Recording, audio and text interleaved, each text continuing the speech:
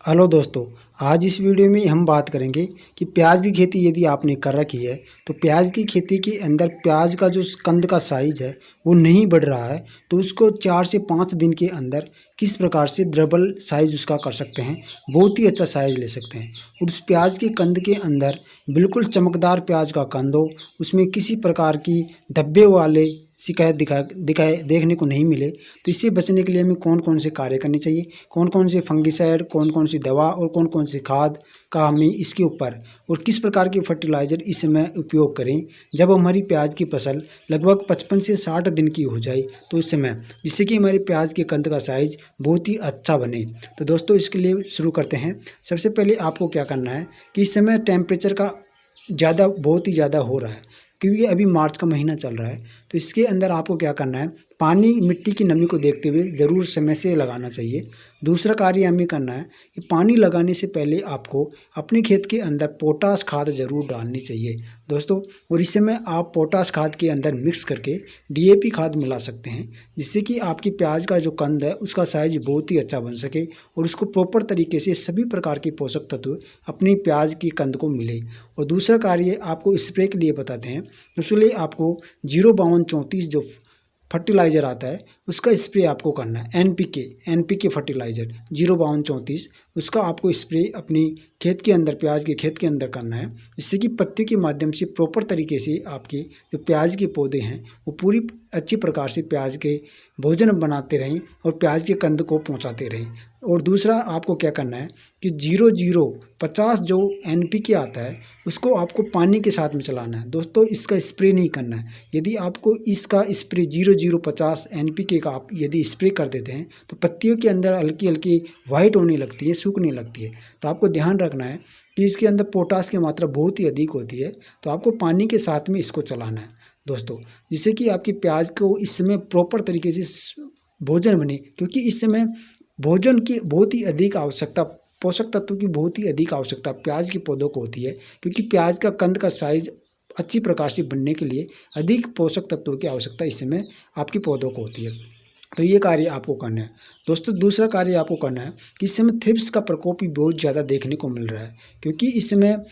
Temperature अधिक होने की वजह से थ्रिप्स आपके पौधों के अंदर लग रही है। यदि अभी तक आपके पौधों के अंदर थ्रिप्स नहीं लगी है या फिर लग चुकी है, तो आपको इसके अंदर थ्रिप्स की दवा का स्प्रे आपको करना है, जिसके लिए आपको परमिट नाम की जो दवा आती है उसका आप स्प्रे कर सकते हैं। लांसर गोल्ड डालती है, उसका स्प्रे कर सकते हैं, बहुत ही अच्छी दवा है। और दूसरा आपको फंगस से बचाने के लिए फंगिसाइड, जिसके अंदर आप साप नामक फंगिसाइड ले सकते हैं यूपीएल कंपनी का। अगला आप इसके अंदर लेते हैं M45 आता है, वो फंगिसाइड आप ले सकते हैं, जिससे कि प्याज की पत्ती के अंदर किसी प्रकार का इस समय रोग नहीं लगे और वाइट से धब्बे दिखाई नहीं दें। और दोस्तों, अगला यदि आपकी पत्तियों के अंदर काले काले से धब्बे दिखाई दे रहे हैं और पौधे का तना है वहाँ से काले काले से धब्बे बन रहे हैं, तो इससे बचाने के लिए आपको जो बायर कंपनी की नेटिवा आती है उसका रिजल्ट बहुत ही अच्छा है, वो आपको इस समय स्प्रे करनी चाहिए, जिससे कि आपकी प्याज के पौधों के अंदर किसी प्रकार का रोग नहीं लगे। और यदि इस समय कुछ रोग लग भी चुका है 1-2 दिन पहले, तो आपको स्प्रे इस समय यदि आप समय रहते कर देते हैं तो आपकी प्याज के अंदर बहुत ही अच्छा उत्पादन आपको देखने को मिलेगा दोस्तों। बहुत से किसान भाई सोचते हैं कि उनकी प्याज की खेती के अंदर रोग नहीं लगे हैं और वो प्याज की पत्तियों को थोड़ा सा हल्का सा सटा कर देखते नहीं हैं, और जिससे कि बारीक बारीक से जो कीट होते हैं वो प्याज की पत्ती के अंदर लगे होते हैं। और दोस्तों, देख रेख की कमी की वजह से उनकी प्याज की फसल 3 से 4 दिन के अंदर ही पूरी प्रकार से नष्ट हो जाती है और उन्हें बहुत ही बड़ा नुकसान उन्हें देखने को मिलता है। तो इसे बचाने के लिए आपको प्रॉपर तरीके से अपनी प्याज की खेती के अंदर इस समय खाद देनी चाहिए। बहुत से किसान भाई इस समय क्या करते हैं कि यूरिया खाद अपने खेत के अंदर डालते हैं दोस्तों। इस समय आपको यूरिया खाद बिल्कुल भी अपने खेत के अंदर नहीं डालना है। यदि आप यूरिया खाद अपने खेत के अंदर इस समय डालते हैं तो इससे बहुत ही बड़ा आपको नुकसान हो सकता है, क्योंकि इस समय टेम्परेचर बहुत ही ज़्यादा है और यूरिया खाद के अंदर भी बहुत ही अधिक गर्मी देखने को मिलती है, क्योंकि उसके अंदर 46% नाइट्रोजन पाई जाती है, जिससे कि आप यदि इस समय यूरिया खाद देते हैं तो आपकी प्याज के पौधे की पत्तियाँ जल सकती हैं और आपके प्याज के कंद के साइज छोटा ही रह सकता है, क्योंकि यदि पत्तियाँ जल गई तो प्रॉपर तरीके से पोषक तत्वों को ग्रहण नहीं कर पाएगा, पौधे के अंदर भोजन बनना है स्टार्ट होता है वो बंद हो जाएगा। तो दोस्तों, इस समय आपको यूरिया खाद नहीं देना है। सर्दियों के अंदर आप यूरिया खाद दे सकते हैं, क्योंकि उस समय टेम्परेचर कम होता है, तो उस समय नाइट्रोजन की बहुत ही अधिक आवश्यकता होती है और उस समय पौधा ग्रोथ कर रहा होता है। लेकिन अब पौधे ने जितनी ग्रोथ करनी होती है वो पौधे ने ग्रोथ कर ली है, और इस समय तो प्याज का जो कंद है उसकी साइज बढ़ाने के ऊपर आपको ध्यान देना चाहिए। और प्रॉपर तरीके से आपकी जो प्याज की खेती है उसके अंदर पत्तियां पूरी अच्छी प्रकार से हरी भरी हों,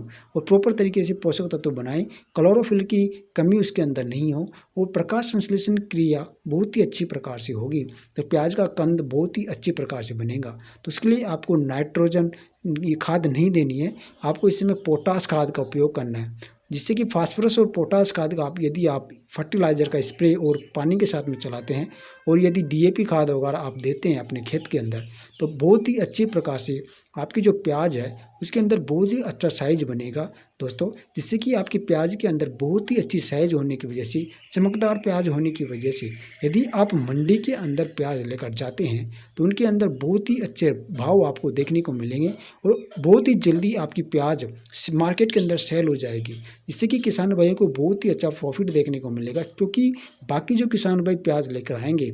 उनसे यदि 1-2 रुपये तेज बिकती है आपकी प्याज, तो आपको बहुत ही अच्छा प्रॉफिट, और बहुत ही जल्दी प्याज आपकी बिक जाएगी, तो बहुत ही अच्छा प्रॉफिट आप कमा सकते हैं। तो इस समय आपको प्याज की खेती के अंदर ये कार्य जरूर करनी चाहिए, क्योंकि 55 से 60 दिन के अंदर प्याज का जो कंद है वो बन रहा होता है, और वो बहुत ही जल्दी बने उसके लिए आपको एनपीके फर्टिलाइज़र इनका स्प्रे करना चाहिए और पानी के साथ में चलाना चाहिए, जिससे कि प्रॉपर तरीके से प्याज के कंद का साइज बन सके। दोस्तों ये कार्य करके आप अपने खेत के अंदर प्याज के अंदर बहुत ही अच्छा समय पर उत्पादन ले सकते हैं। यदि आप ये कार्य करते हैं तो आप समय पर प्याज का उत्पादन ले पाएंगे, और मंडी के अंदर समय पर यदि आप प्याज लेकर जाते हैं तो बहुत ही अच्छे किसान भाइयों को प्राइस देखने को मिलेंगे। तो दोस्तों ये कार्य आपको जरूर करनी चाहिए, और रोगों का विशेष तौर पर आपको ध्यान देना चाहिए। ओवर वाटरिंग तो आपको प्याज की खेती के अंदर बिल्कुल भी नहीं करनी है। और किसान भाइयों को मैं बता दूं, यदि आप इसमें स्प्रे